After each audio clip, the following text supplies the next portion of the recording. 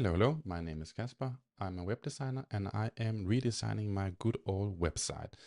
This is the current state I left you in the last video, which you can see somewhere here. There'll be a link somewhere. I was planning my website in the last video. I was sort of structuring and figuring out where to place what. And this is sort of the next step, and I have applied quite a few new things on this website. Maybe a bit too much because this is far from where I left you guys in the previous video. Anyway, the overall structure of this website is the header up here, and I have put in a couple of links and a button to get in touch. I have this sort of anchor link menu to the left hand side. I have the main content in here with a bit of content inside. We'll get to that a bit later. And to the right hand side, I have this blue sky feed where I pull in my latest blue sky post, repost, and quoted post, and so on. There we go. First of all, the first thing you might notice is this sort of quite bold and happy-go-lucky design. It is very in your face and maybe also a big. It takes up a lot of space. Let's go and watch it in a new tab right here. So this is the website in its natural environment in the browser. And this is, by the way, one-to-one scaling. Some might argue it would look better like this, like any other website. But no, we are actually one-to-one right here. It's big, it's bold, and it's very easy on the eyes. Maybe a bit too cartoonish, but I actually quite like this style. And I like the buttons above all. I'm quite happy about sort of this button hover effect and click effect that I have sort of assigned to these buttons and links. There's one where we sort of elevate the button and I can push it down like this. Right now we'll go to URL. Yeah, I'll go back to my home page. And these sort of debust button as well, I quite like as well. Click here, beep, beep, beep. It takes me to somewhere. Anyway, and the hover effect on these sidebar anchor link buttons, I'm quite happy with those as well. You can see when I hover this button, the inside of the SVG icon changes color. I got this tooltip and this nice sort of hover effect right here. And as you can see, when I click it, I use the scroll to position effect right here. Quite happy about that. Yeah, and in the button right here, you'll see these sort of projects folders, you might say. I can hover them, I can click them, nothing happens right now. The idea is to have sort of a dialogue appear in the middle where you can read a bit more about this particular project. Yeah, I have experimented with some styling, text styling and so on, H1, H2, and a default paragraph, and these buttons as I showed you before. If you notice it, when I click it, I sort of shift the hue on this button. So right now it's yellow. When I click it, it turns green. And it takes me to blue sky. Anyway, let's try and look at one of the components in the sidebar, first of all. So here we have the sidebar. This is how it looks in mobile, by the way. Can't recall which breakpoint it actually shifts. There we go. Anyway, let's try and actually go into one of the anchor links right here. It's an A tag. Let's zoom in a bit here on this skull icon. So when I hover it, it sort of elevates a bit. And when I click it, it goes down again. Oh, sorry. There you go. So let's look at how I actually implemented that. I have an A tag right here, and inside that I have a span and a slot to place any given sort of icon or text within inside. And when I hover the button itself, I think I am, yes, I have this hover state right here. It's not the actual default hover style or hover class. It is a custom one right here, which I am triggering using a variable. So when I hover this parent component or parent element, the A tag in this case, I have an event, a mouse out and a mouse over event. And each time I sort of mouse over, I trigger the mouse out event, which I'm using in my parent component, which is the sidebar. And I'm setting the hover variable to true or false. Same goes for the mouse over. Yeah. What more can I say about this? Yes, I'm animating I think it's the padding bottom or padding top. I'm not quite sure. Yeah, it's the padding bottom that I'm adding a transition to. So when I hover it, goes up, and I click it, it goes down. Cool. That's the anchor link component. Let's see if we have more components to explore. Yes, maybe going a bit back to the overall design. I'm using this sort of stroked icons and stroke outlines on buttons. I use this quite bold text. And as always, when in doubt, just use enter tight. Pro tip right there, just like the rest of the internet. But this one's actually in, I think it's black. The font weight is black, as I recall. Oh, I wasn't supposed to show you this again. No, we are launching this in next week, actually, the new theme theme editor, you might say, where you can handle your design tokens and blah, blah, blah. I won't actually show anymore. Cool. What can we show more? Maybe the mobile view. Yes, I have sort of a few. Let me zoom in a bit here. Let's go to iPhone 15 and we zoom in a bit. You can see I have sideways scrolling. Whoop, whoop, whoop. And as I recall, when I go down here to the project, the same goes for the project. Yeah, sideways scrolling. Cool. And yeah, the blue sky feed is sort of stacked beneath the main content. What would be interesting to talk about? Maybe actually how I pull in my blue sky posts. So I have an blue sky API. It is free to use. And all you have to do is launch the API editor and put in this public.api.bluesky.app overall URL.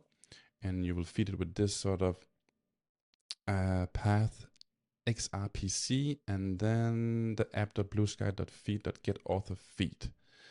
And as I recall, you need to insert your parameter, your blue sky ID or your blue sky name needs to be in this query parameter called actor.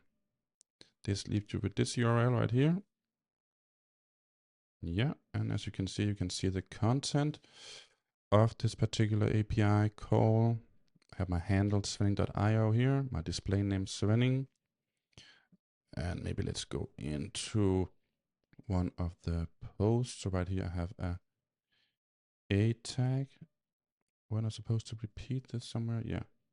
I have a div container with an a tag inside and these sort of labels showing whether it's a repost, it's a post from my own original post, or a quoted post. And these are all shown based on the contents of the given API.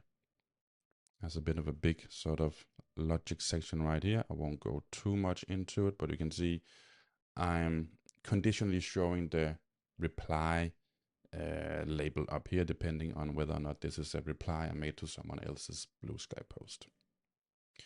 Cool. Let's collapse this one. No, not this one. Yeah, I'm setting up a bunch of stuff so I'm able to display both videos, images, and so on from certain types of posts. It is a bit tricky, a bit cumbersome to work with this Blue Sky API. So I recommend that you can sort of use the built-in AI in Nordcraft to actually have the Blue Sky API explained to you. Just briefly, can you explain the API I'm using to me in overall terms? Let's see.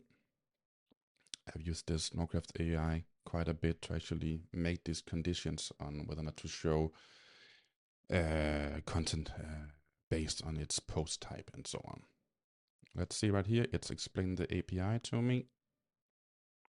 I won't dig much into this.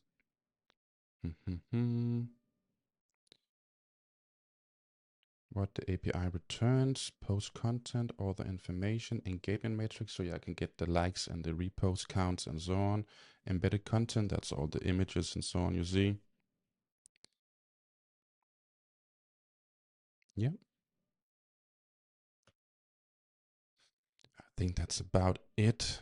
Let's return to the home page. Anything more interesting to talk about? Bim, bim, bim, bim. Yeah. Maybe I should just, actually, I'm looking into setting up sort of the post template, how a given post should look like. Let's actually do that from scratch. Let's call that a single post. There we go. And it's all empty. So let's see if we can copy something from our home component, our home page. Should we copy the entire thing? Yes, we should just do that. That's not a lot of content. Let's go to the single page. Didn't I call it that? Single post. There you go. And I'll paste in the content. And let's filter out what we don't need. I'm not going to show the projects on this one. I will delete that section. I'm not going to show the blue sky posts. And actually the sidebar won't be necessary. So just this clean view, basically. I've created my H1 right here. I have a paragraph. Let's remove this button as well. I quite like this disclaimer to put on top of my post. Maybe not in the top, but somewhere here.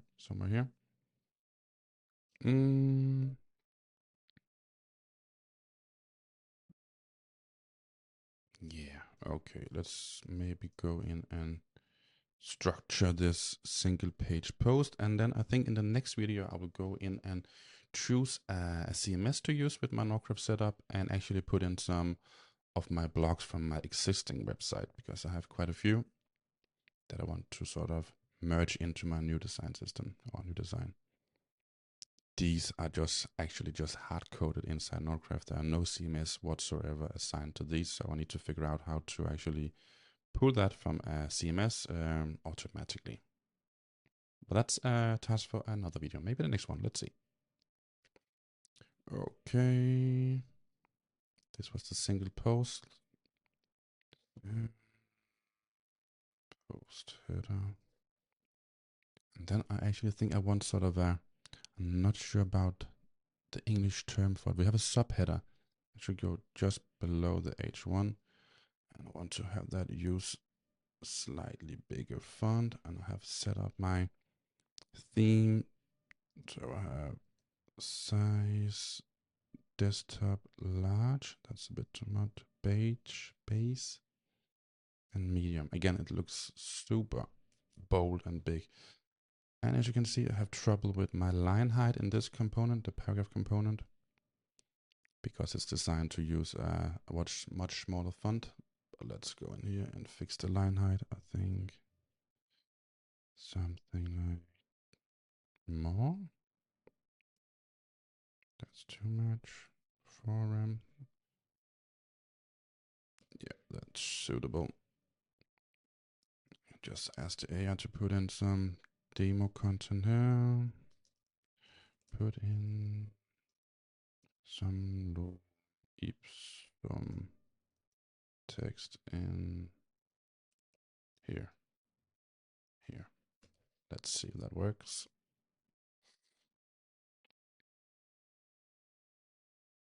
We got something here. Apply changes. Yeah, we got some low ipsum text right here. This shouldn't be in a section, right? We should have the main content. There's way too many divs in here. Let's go in, and this one is just for centering the content. This is the actual main. So we can go up here and remove the main. rename this bit to the main. There we go. We changed the HTML tag to main. Okay. Like this too long didn't read element. Where should we put that? These are sections. Should that be a section as well? Maybe even an article. I'm not sure about the text. We can fix that later. With section here. That's way too much space in between. Let's fix that. There's no gap set. Oh, there we go. Let's lower it to 64. Looks decent. Let's zoom to 100%. Oh wow, it's big. Let's try and preview this page. Holy smokes, it's big. But that's sort of the design I'm actually going for, so I'm quite happy about it. I might have to go back and slightly adjust the font size and so on, because it is big. But again, that's the look I'm aiming for this particular website. How about the mobile, by the way? Let's go. Oh wow, that doesn't work whatsoever. That's an overflow issue right here. And again, my header is not actually set to work on mobile. There's no burger menu whatsoever. Anyway, that's a task for a different video. Cool, let's return to Nordcraft. And let's put in a bit more demo content so we can see what we are working with. Maybe actually add an image as well. I'll put in a new section. Let's drag it up to after this too long didn't read and insert an image here. And as I recall, there is a proper way of putting in figure text. Let's see if we can find that on my current website. I think I'm using this on this particular one. Again, they're all hard-coded, all of my blog posts you can see right here.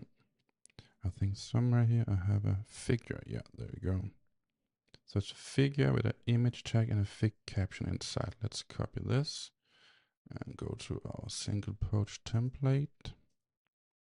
And the section we were building was right here. Delete this image and let's style this to fit our current styling. Remove all the effects and the border should be 4 pixels. I'm using this style variable color black, which is found in this secret place.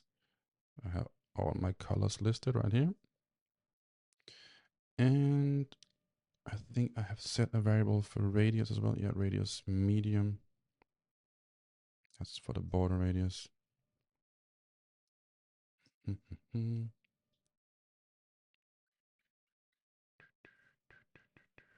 Just delete this breakpoint styling for until I know what's up and down. Post header, that's a weird name. Post title. And we had this sort of excerpt or small title.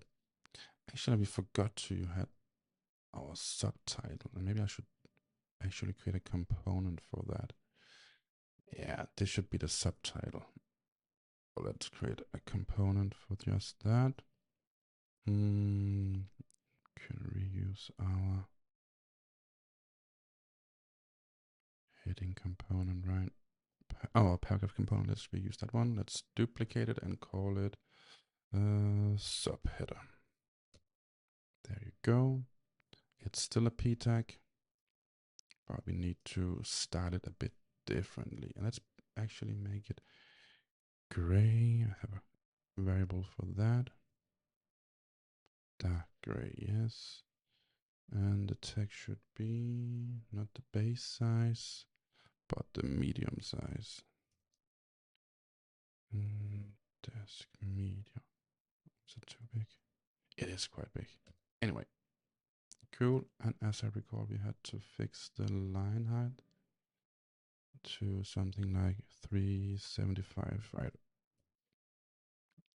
Let's see where we end up. Let's return to our home page. Wrong home page.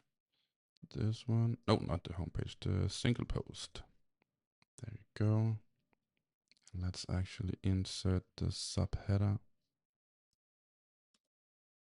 There we go. Should be beneath the heading 1. And let's just go to my current website and see if we can pull. We are the boomers now. By the way, go and read that article. It's quite nice.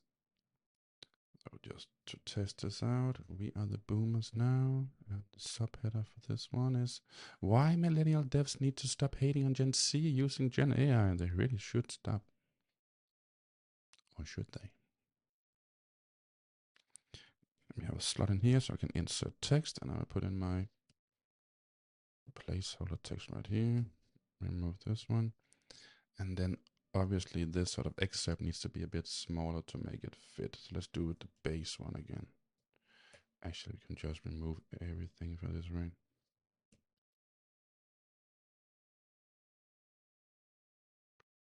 There's quite a gap from medium to base.